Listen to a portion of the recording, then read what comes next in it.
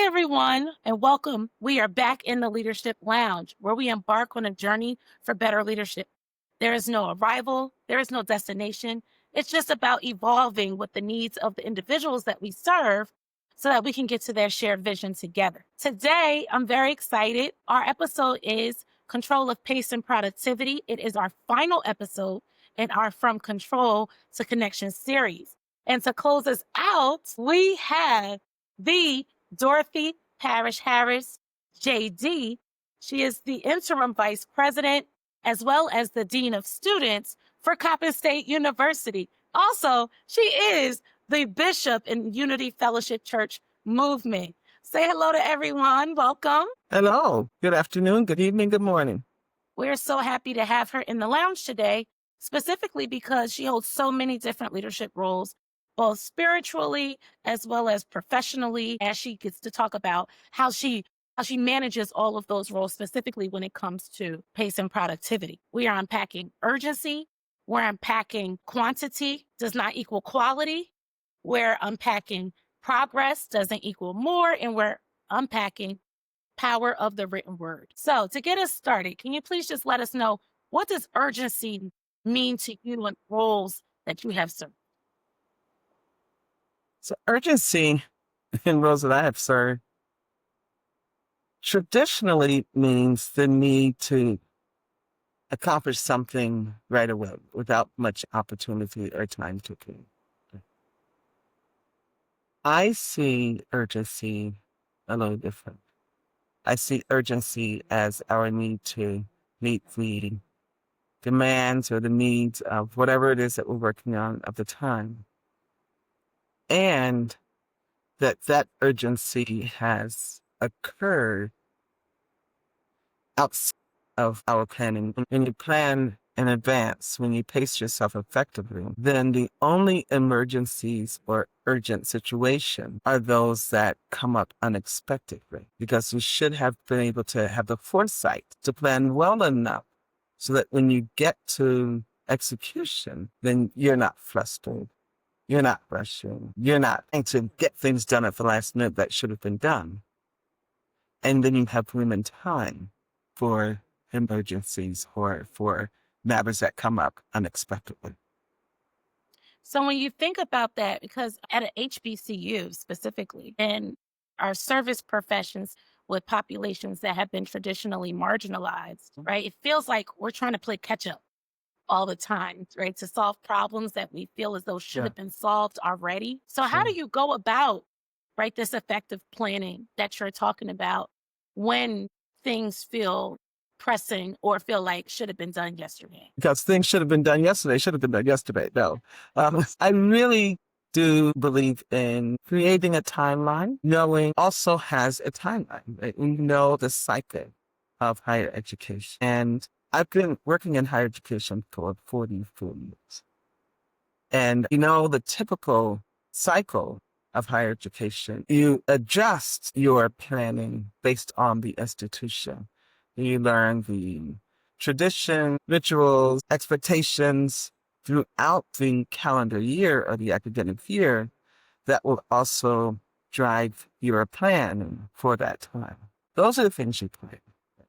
Know those and start a planning calendar so that you're planning anytime. So now, I do distinguish urgent matters from emergencies. Right? So there are some things that we need to make sure that we do ahead of time. It may be urgent that we get this done so that we can be ready. And I really believe that there is such a benefit to planning, even in HBCU, even in the church world, even in those places where we have lots of contributions from persons of different experiences and different skill sets. I still believe that you can still plan effectively in time, on time, and without stressing out. And I appreciate that. What I'm hearing is that, right, given you being in the role, there are things that you can look forward to happening, right? So That's right. there are things within your locus control that you can expect, and those things you're planning for. And what I'm hearing is that if you plan for those correctly, then that leaves time for the things that come up that we didn't expect.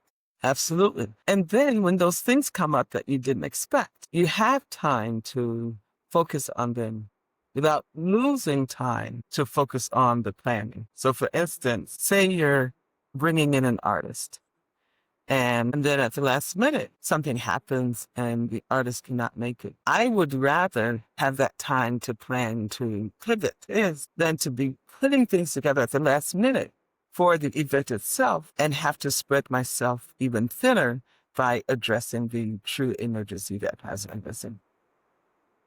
Yeah, I think the really profound thing that you're distinguishing right now is that there are true emergencies, right? Mm-hmm. That those are the things we Mm-hmm. really can't control. Yeah. And if our plan is done in a manner that you're putting in time, essentially, Mm-hmm. for Mm-hmm. emergencies. You've baked That's right. time into your plan Exactly. for Exactly. emergencies. Yes. So then that brings me to this point. What advice would you give a leader who feels as though they had an effective plan, right? They did their plan and they felt as though it was a solid plan. But they're noticing that they have more emergencies or they're getting pressure to pivot Mm-hmm. from maybe their leader, right? Or their Right. supervisor.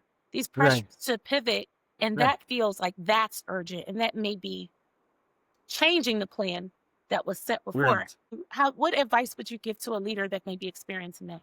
So first of all, I would acknowledge that leader's efforts. Someone comes to me and says, I've really planned this, but it did things that interfered with it running. But I've seen it.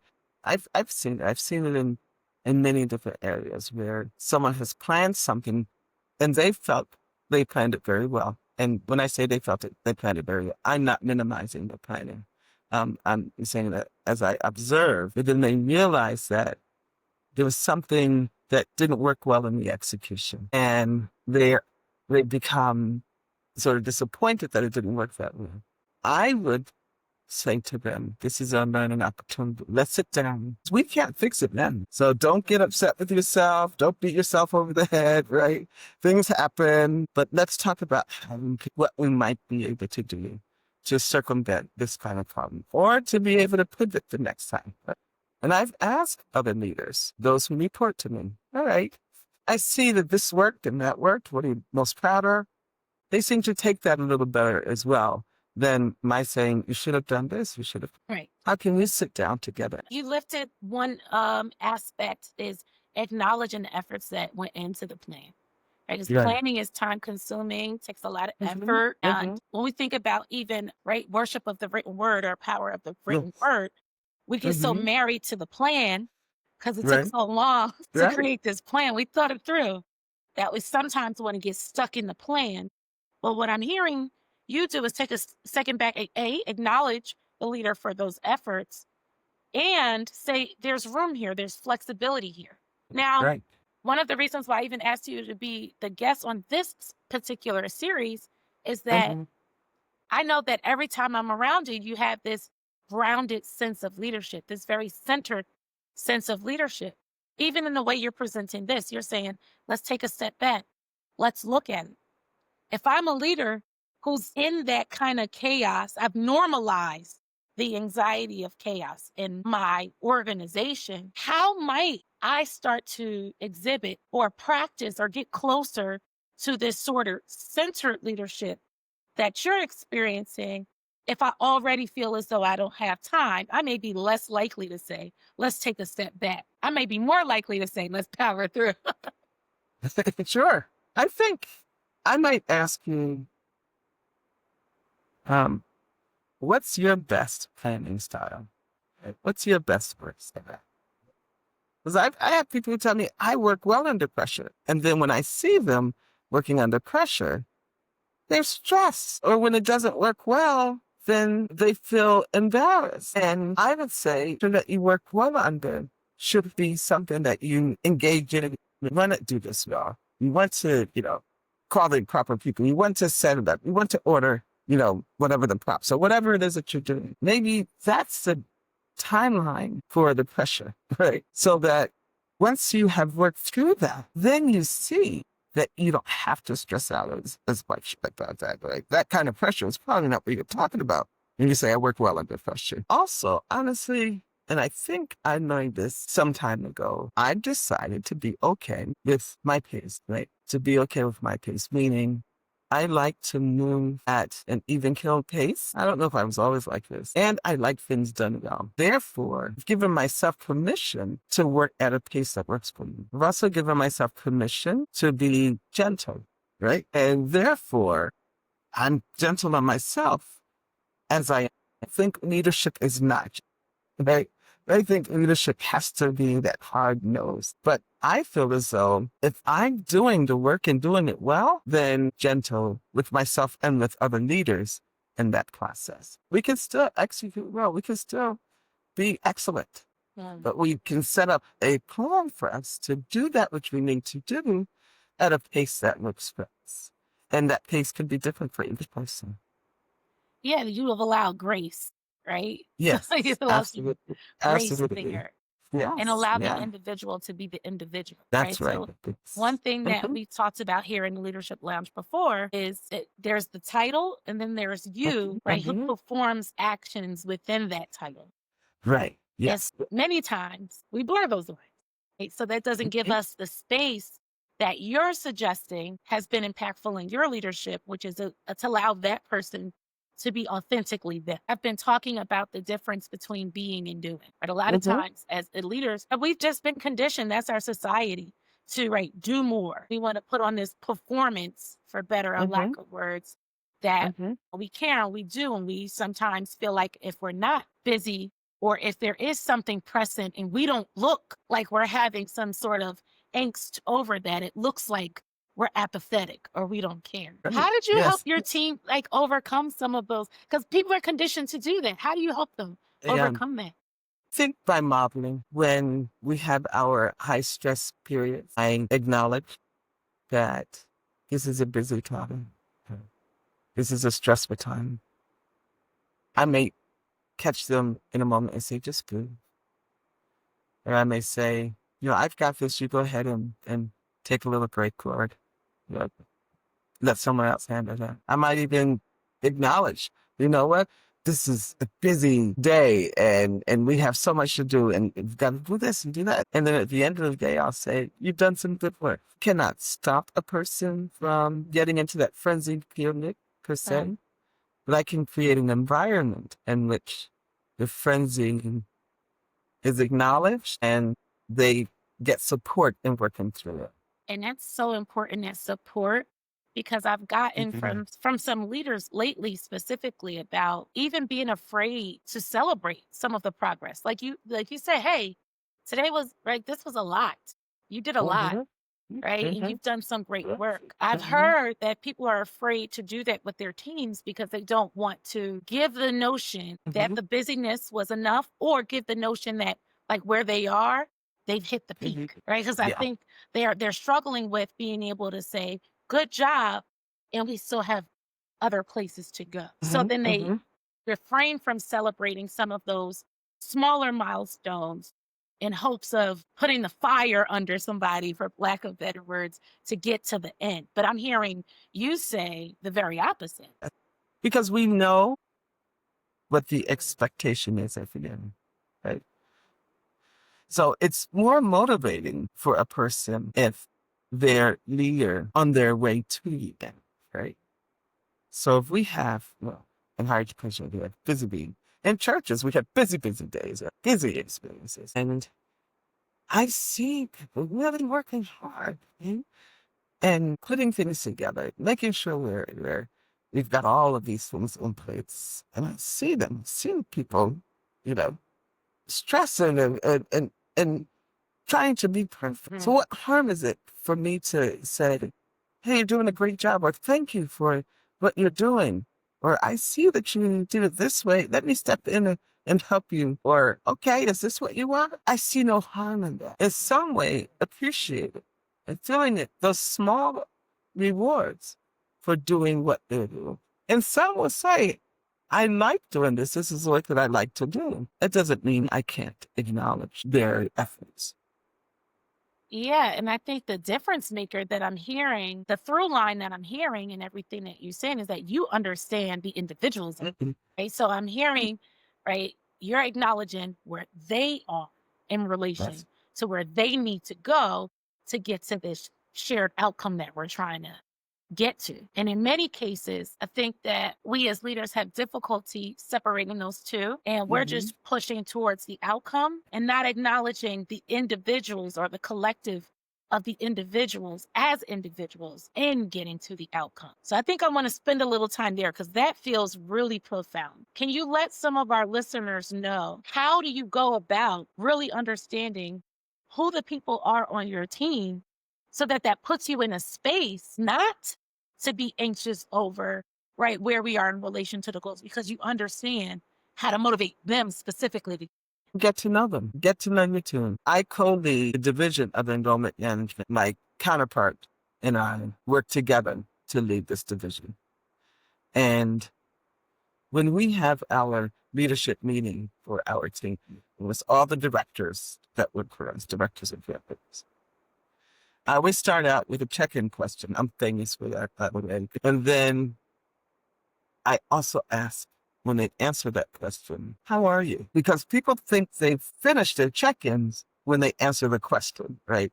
And the question is always something that lets me know a little bit more about them. It helps us know a little bit more about each other. Like today's question was, what's your favorite part about the fall, right? And people answer questions based on where they're from, what the autumn is like, or, what their favorite activities are. You get to learn a little more about them. And then after they answer the question, I always stop and say, how are you? And some of the little ways that you get to know yourself.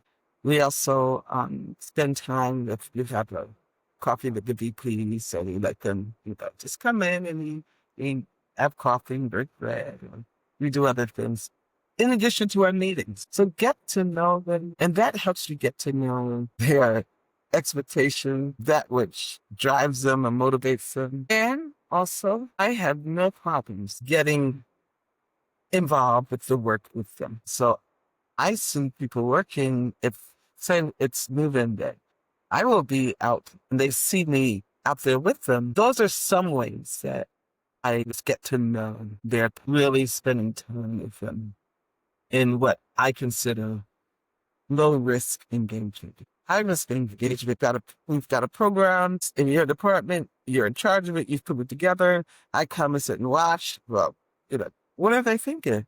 They're wondering if I'm criticizing them, if I'm judging them, right? Oh, did I do a good job? I must this, right?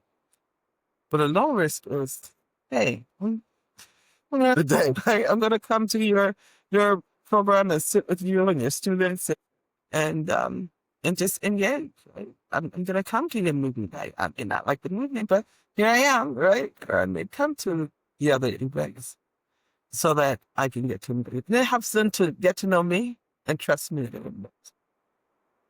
And I think that for our leaders who are listening that would maybe didn't engage in some of these practices prior Mhm. and are saying, yeah, that sounds really good. I want to make a shift in my Mhm. leadership and bring this to my Yeah. team. One thing that I always ask leaders to consider is that Mhm. people still experienced what they experienced.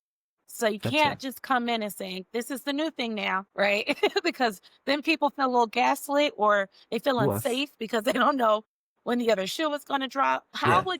What framing maybe could I have as a leader if I sincerely want to start to make this shift in creating the space where people know, oh, right, my leader, my supervisor is really interested in who I am and how I can help us move towards these outcomes that we've set. How do I make that transition without it seeming fake? And it's fun to seem fake if you shift right away, right?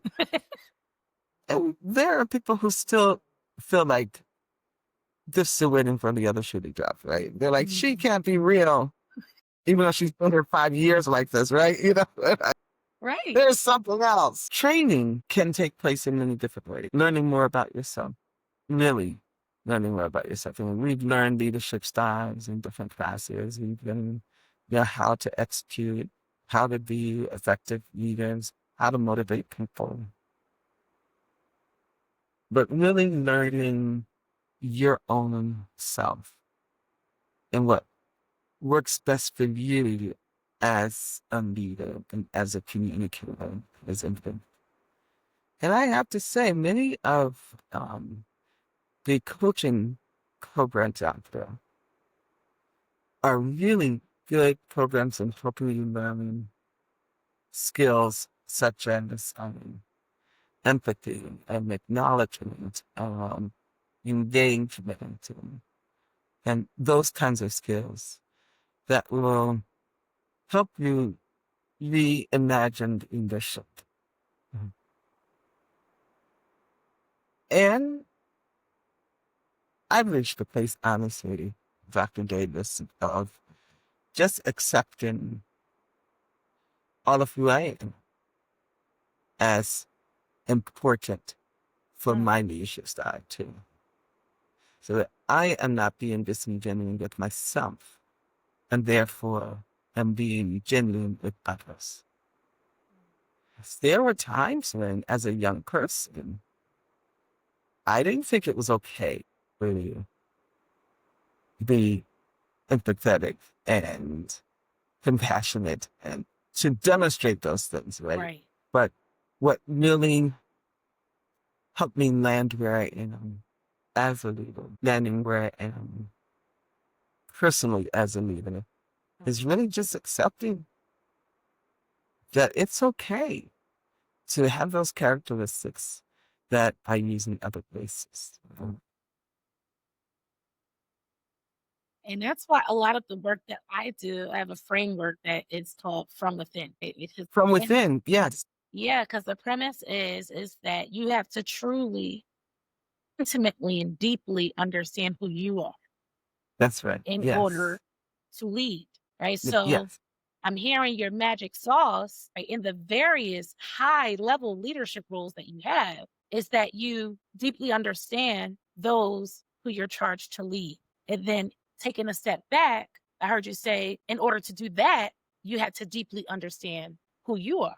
A lot Mhm. of times, especially in leadership roles, that's what this whole Control to Connection series was about how do we start to push back on these dominant culture norms that had us Yeah, perform some other character, right? that's right. Sometimes we Yes, think we know who we are, but really right. it's a collection of Mm-hmm. these masks that we've That's right. accumulated, whether it That's be right. from trauma, past experiences, and we Mm-hmm. think we know who we are, especially when those things have served us before. If not being empathetic to yourself has gotten you to a certain place, right? Because I push myself. That's how I motivate myself, Yeah. right? That's Mm-hmm. gotten me to a certain place.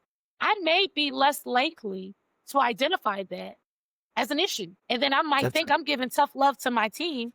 And that's what makes Mm-hmm. me a strong leader. So how does one go about getting to that self-discovery? Would you say? Suppose giving yourself the same kind of attention, then ask me to give others. That's good. So then ask me to get to know others, to get to know yourself, Mhm. and be okay with yourself. Right? Be okay with your vulnerabilities, and be okay with your strengths. Some of us are afraid of our strengths. We don't want to step out there because we're afraid that somebody would criticize us. Mm. But accepting your strengths means that when you step out there, you're not worried about what others say. You are now allowing yourself to be your own determiner, your own judge about what you do. Right?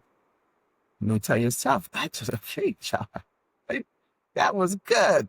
you know, pat yourself on the back, right? Encourage yourself, right?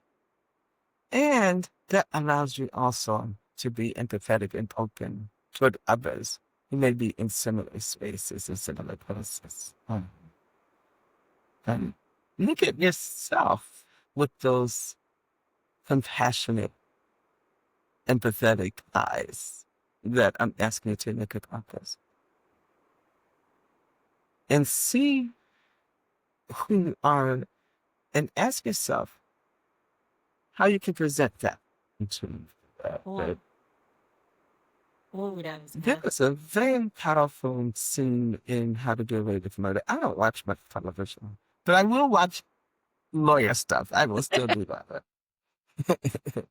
And it was a scene, yes, it was a scene in Viola Davis, that's the main character, when she got home from a tough day and you could see her be this tough person and she kicks off her to be this tough, but she has this very vulnerable moment where she sits down and she takes off her bib and there she sits, open and vulnerable with herself. Mm. And what was powerful about it was that she certainly did this in the show where, as an actor, one makes up, one puts on wigs, one presents themselves, right? So there are layers of meaning in this for me, that she not only took off the mask and took off her makeup and presented herself in a natural mode for the camera, but she did it and revealed herself on the screen. When do we sit down and really get vulnerable enough to face ourselves, to take off the masks, to take off the wigs, to take off whatever persona that we put on when we go out there, and just really to see ourselves? Mm. And that's the person that I want you to get to know. That's the person that you start to encourage to get yourself prepared for the day as you are, not as you want to be when you walk out of this door. Because that's the person who's confronting people every day. That's the person who's doing projects. That's the person who's making changes and who's also able to lead others who are wearing masks and wigs and suits and all that stuff. At the end of the day and the beginning of the day, that's who we are. And that's who the book can make you out to be. And see, God is so good the way that came full circle. Because, like I said earlier, this is the final episode in this particular series. And Yes. it entitled, right, Control to Connection. And we were talking about throughout this entire series, how do we push back on these things that we've been conditioned to control Mhm. things, right, to make us look more Yes. powerful? How do we strip that away so that we can get to connection with others? Because often I say, Mhm. right, leadership is in relationships. Processes belong in playbooks. But so many times we pretend like leadership is the playbook or leadership is That's the right. process, That's whereas right. leadership is in the relationship. And what you've Mhm. been able to paint for us, right, with such eloquence Mm. is first relationship with you, right? Relationship with self, Yeah. connection with self, right? We have to be willing to not be in control per se of self and allow ourselves to be. And when we're able to be, then we can encourage and empower others to be. I love that. I love how that came full circle. Thank you for that. A lot of what I've been hoping to get across is for us not to demonize these aspects of ourselves when they come up. Right. And they say, oh, I do that. Oh, that must mean I'm not a good leader. No. Right. A post that I put out today was that urgency is rooted in care for a lot of us. I used to judge being in a constant state of urgency because I was like, ugh. Right. But I Mhm. Yeah. realized it actually comes from a place of care. It's just It's good. executed in disconnection. Yeah. So to help some of our leaders who may have seen any of these dominant culture norms, we've been through all of them, perfectionism, all 14, and not to demonize them to where it feels though, how do I get as far away from that as possible? But honor who you are in that. What have you learned from that? And move to connection. So what would you say to a leader who would say, all of that sounds really good. I wish I had the time like you do to be able to do that. I don't have time to sit with myself, let alone figure out what's going on with this person. Maybe they're just not a culture fit because I don't have time to do that right now. What would you say for a leader who may be in that space, has the desire to get where what you've described today, but really believe I don't have the time to do that? I think you can take a few minutes a day just to rethink how you see yourself as a human. Mm. and what you think your goals are. So I think I think you can start small. What is my goal for today? What would I like to accomplish today? Maybe I'll speak to someone today, but I don't know who to speak to. Or maybe I'll thank someone in the middle of a project that I would otherwise wait until the end to thank them for it. Those are the things that they can do, right? And I think that there are those micro moments that you can probably take advantage Oh, I of. like that. Then the other thing is we can reframe. We can reframe our perceptions. We can reframe perfectionism, right? You notice when I said I like to do things well, that's my reframing of perfectionism, right? But I couldn't stop myself from wanting to do things wrong. And change the language. And changing the language changes my relationship to the commitment to the outcome. Okay? So I think we can reframe some of those things. And finally, I would say enough. And like I said, it kind of hit me a few years ago that, you know what? If empathy is my superpower, then why not use it as a superpower? I can be empathetic, and others will start to see, wait a minute, she sees me, right? She cares about me, right? I'm not afraid to stop by her office because I don't think that I'll get barked at, right? So really allow whatever your superpower is, whatever your strengths are, whatever gets you through the day and makes you feel good about yourself. I have this phrase that I use: small shifts, big leadership. So I love That's that right. micro Yes. moments where you say, right, that's something we can all get down with. Like, you can find a micro moment Right. now. Like, you may That's not right. have time to do the whole course, but you know you can find a micro Yeah. moment. So I really love Yes. that you lifted that, and not being afraid Yeah. to utilize your superpowers, right, That's in a right. way that serves you and serves others, because that's why it's your superpower. That's So right. I really appreciate you lifting those things. And I just want to know, before we close out, from control to connection, is there any final words that you would like to leave with our listeners as they get closer to connection and start reframing, as you said, some of the language that they use to move a little bit farther away and be able to release some control? I just love your title, your theme. And I encourage that connection to be not just with others that you meet, others who are also leaders, but connection with yourself, with your yourself. I encourage that greatly. And I thank you for giving me this opportunity. I thank you for being here, everyone. Like I said, Dorothy Parrish-Harris, JD. However, I call her Bishop Parrish-Harris. Thank you so much for joining us. Remember, there's no magic fix. There's no getting it right. This is a journey. There's no arrival. As we evolve in ourselves, we get to evolve as better leaders and then encourage others to evolve. Thank you again for joining us in the Leadership Lounge. And until next time, save it, share it, but most of all, sit with it.